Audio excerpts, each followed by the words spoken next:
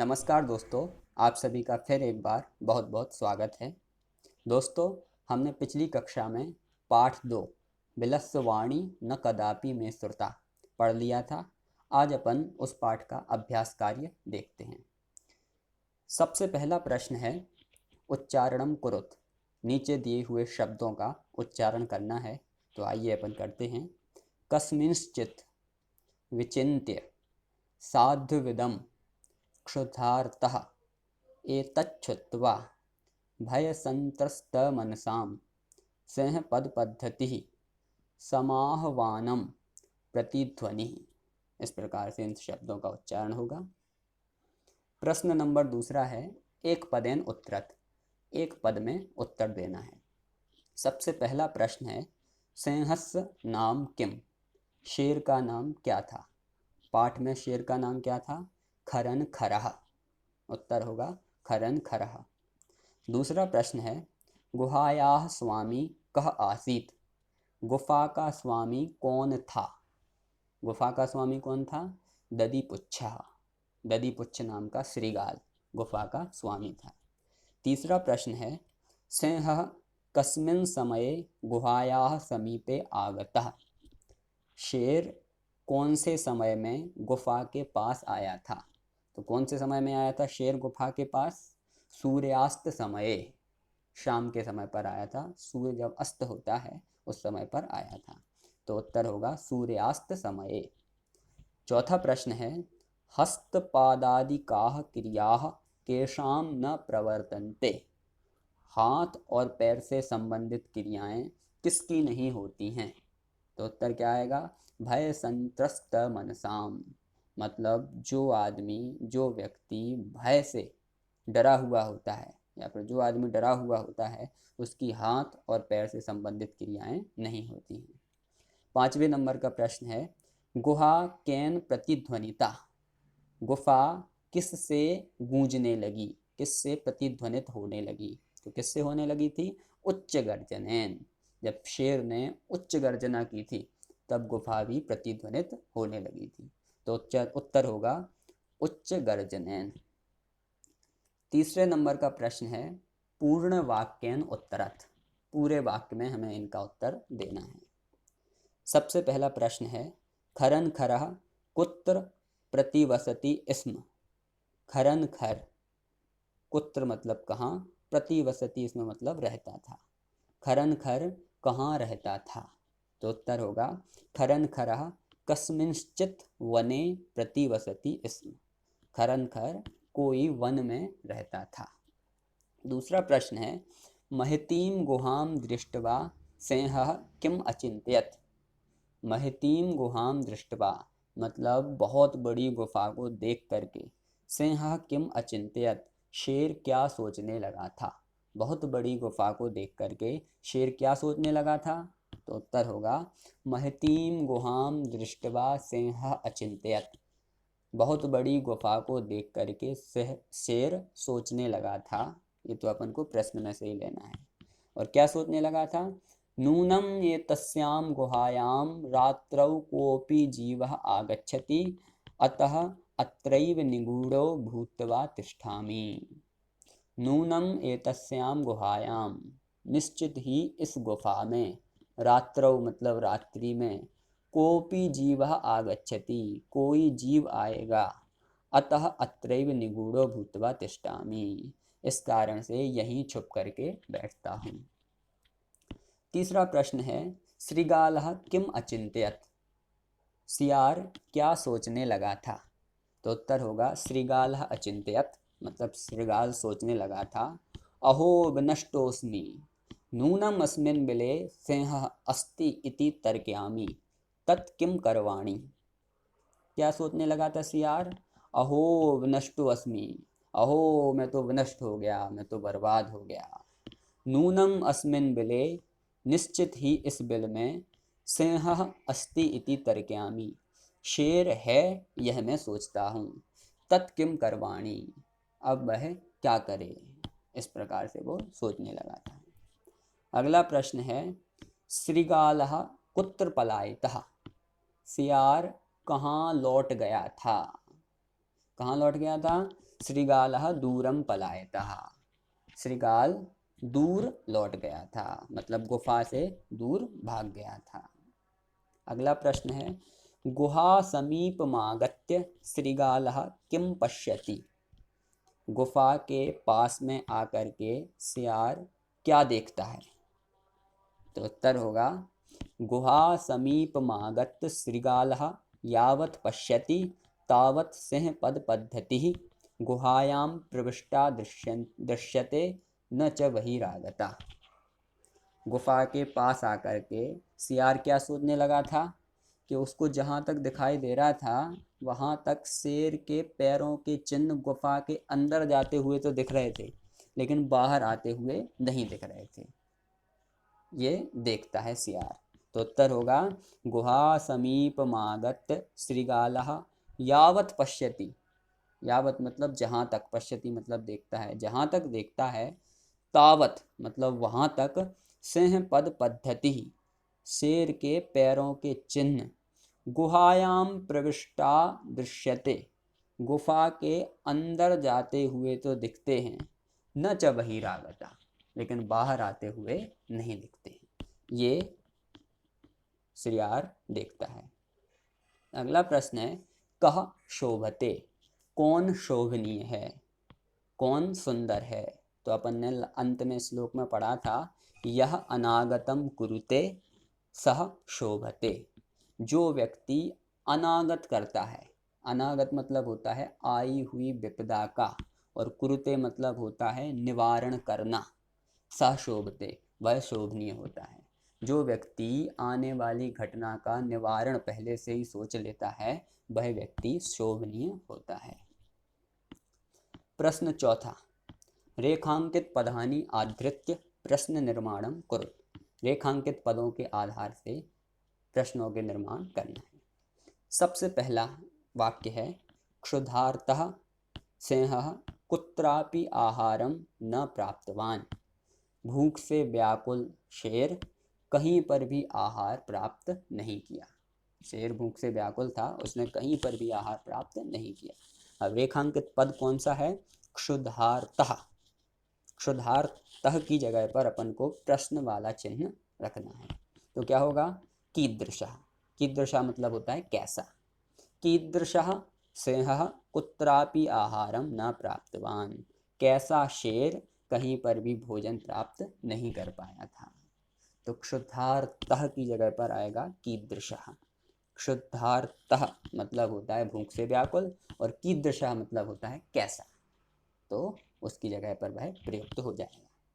अगला है, दधिपुच्छः नाम श्रीगालः गुहायाः स्वामी आसीत्, दधिपुच्छ नाम का श्रीगाल गुहा का स्वामी था या गुफा का स्वामी था। तो प्रश्न होगा, कौन गुफा का स्वामी था। तो कैसा बनेगा प्रश्न, कह नाम श्रीगालः गुहायाः स्वामी आसीत्, दधिपुच्छ की जगह पर कह आ जाएगा। अगला सेंटेंस है, एषा गुहा स्वामिनः सदा आह्वानं करोति, यह गुफा स्वामिनः मतलब स्वामी का, सदा आह्वानं करोति हमेशा आह्वान करती है, यह गुफा स्वामी का सदा आह्वान करती है। तो प्रश्न क्या हो जाएगा, एषा गुहा कस्य सदा आह्वानं करोति, यह गुफा किसका सदा आह्वान करती है।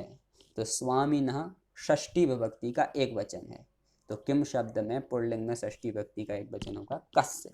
तो प्रश्न बन जाएगा, एषा गुहा कस्य सदा आवाहनम करोति। अगला है, भय संत्रस्त मनसाम हस्तपादादिकाः क्रियाः न प्रवर्तन्ते, भय से संतस्त मन वाले व्यक्तियों की हाथ और पैर से संबंधित क्रिया नहीं होती है। तो हस्तपाद आदि काह की जगह पर क्या होगा, देखो, भय संत्रस्त मनसाम कीदृशाः क्रियाः न प्रवर्तन्ते, भय से संत्रस्त मन वालों के किस प्रकार की क्रिया नहीं होती है। तो हस्तपाद आदि काह की जगह पर आएगा कीदृशाः।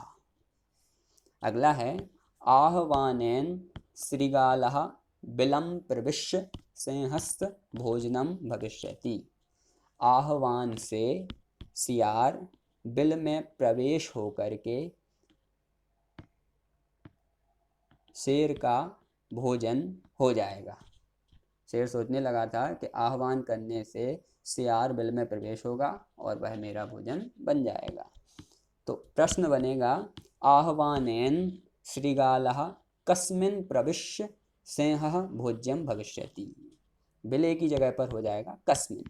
बिले शब्द सप्तमी विभक्ति का एक वचन है और किम शब्द का पुल्लिंग में सप्तमी विभक्ति का एक वचन होगा कस्मिन्। तो प्रश्न होगा आह्वानेन श्रीगालः कस्मिन् प्रविश्य सिंहस्य भोज्यं भविष्यति। अगला प्रश्न है घटनानुसारम वाक्यानि लिखत।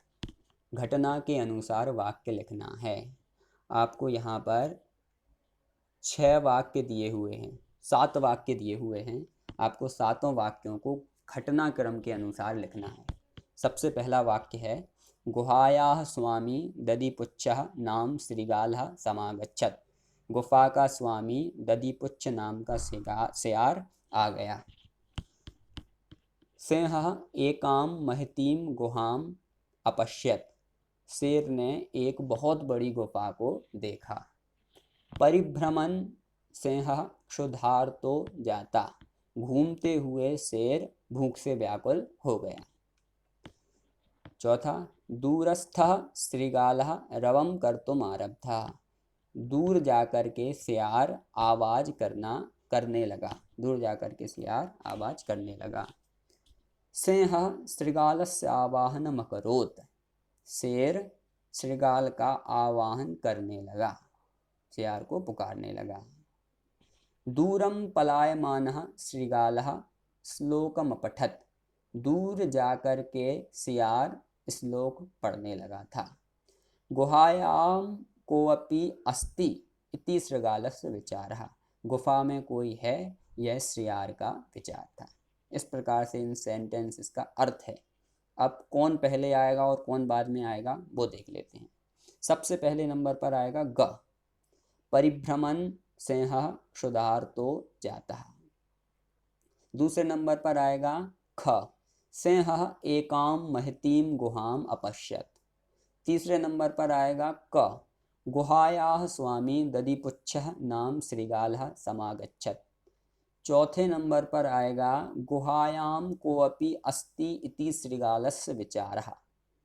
पांचवें नंबर पर आएगा दूरस्थः श्रीगालः रवं कर्तुम् आरब्धः। छठवें नंबर पर आएगा सिंहः श्रीगालस्य आवाहनम् अकरोत्। और सातवें नंबर पर आएगा दूरं पलायमानः श्रीगालः श्लोकम् अपठत्। इस प्रकार से इनका क्रम होगा। अगला प्रश्न है प्रश्न 6। यथा निर्देशमुत्तरत्। निर्देश के अनुसार उत्तर देना है। पहला प्रश्न है एकां महतीं गुहां दृष्ट्वा सः अचिन्तयत्।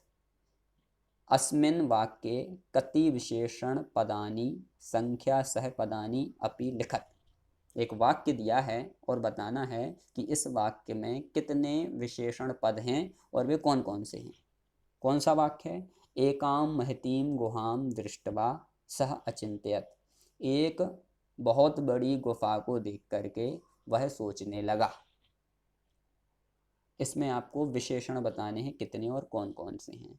तो देखो, एक महती गुफा, गुफा का विशेषण है एकाम और महतीम। तो इस वाक्य में 2 विशेषण हैं। तो अपन लिखेंगे अस्मिन् वाक्ये द्वे विशेषण पदे स्तः। इस वाक्य में 2 विशेषण पद हैं। कौन कौन से हैं? पहला एकाम और दूसरा महतीम। दूसरा प्रश्न है तदहम् अस्य आवाहनं करोमि। अत्र अहम् इति पदं कस्मै प्रयुक्तम्? तदहम् अस्य आवाहनं करोमि, तो मैं इसका आह्वान करूँगा। ये शेर बोला था।